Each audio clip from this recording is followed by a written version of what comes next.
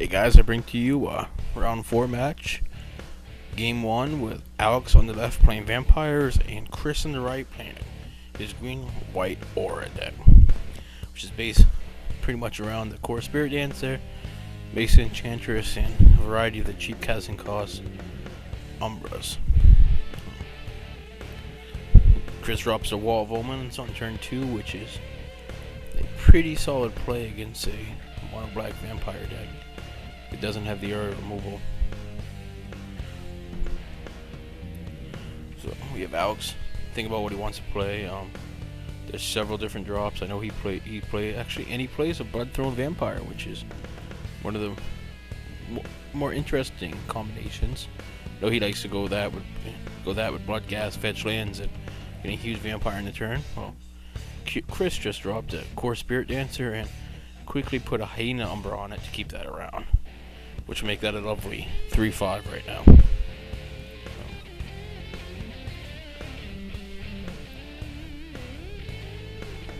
Then Alex goes over his hands, try to find the right turn 3 play to try to keep him in it, because all those auras make all of his spot removal become less and less valid every single aura that's cast by Kris. So that's tap 2 and cast a Smother to take out the Wall of Omens, which frees up the ground force, so attack in a little bit better next couple turns. So Kris untaps, plays his Gray Pelt Refuge, gaining him 1 life, making the life totals 20 to 21.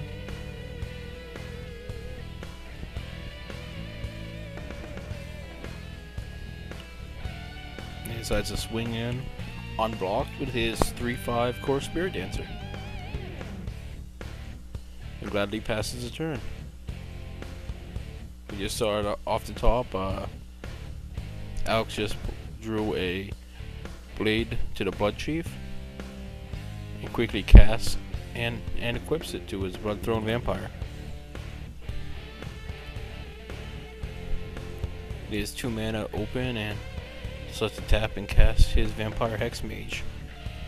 And he somewhat quickly sacks it to his Blood-Throne Vampire, giving him 2/+2/+1/+1 counters because of the Blade of the Blood Chief, and +2/+2 in the turn, but gets pathed exiled, which will leave him quite open for a next attack. But while he shuffles him, this is one of those matchups that I was looking forward to seeing today, because I haven't seen too much of the green-white aura going around. At least at FNM, I played against a couple variations of it, but it's a strong-looking core of a deck right now. I'm kind of interested to see what M11 will bring to it and see what it can add. If it's going to keep Mesa Enchantress around, or if that card's going to disappear and makes the draw engine pretty much core spirit dancer.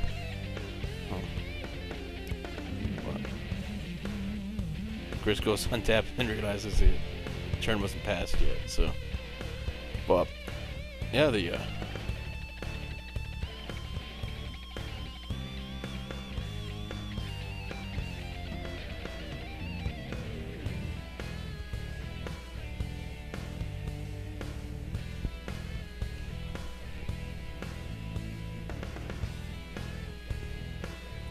Kris gives Alex back his deck, untaps, but happy as can be, because when you can swing in again with opening the board, it's never a bad thing.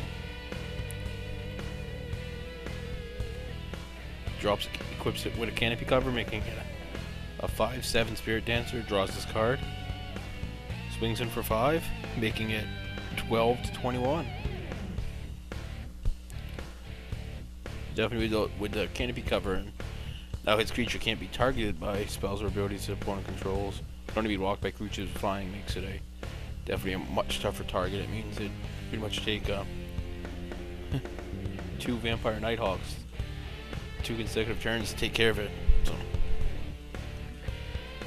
So Alex casts 1 Sign of Blood, goes down to 10, casts another one, putting him down to 8.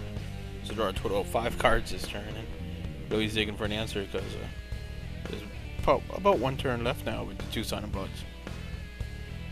So taps out, casts his own Vampire Hex Mage, and passes a turn. And Kris decides in the turn to exile the Vampire Hex Mage just to get it off the board, and Alex sacks in a response, so he might be able to bring it back for Grim Discovery if he needs to later on. Kris taps 3 and plays a Boar Umbra, making the Core Spirit Dancer a 10-12, and swings in for the game. Just want to remind you guys, when you want to play some cards, come down to J&R Cards and Comics, located in Brunswick, Maine.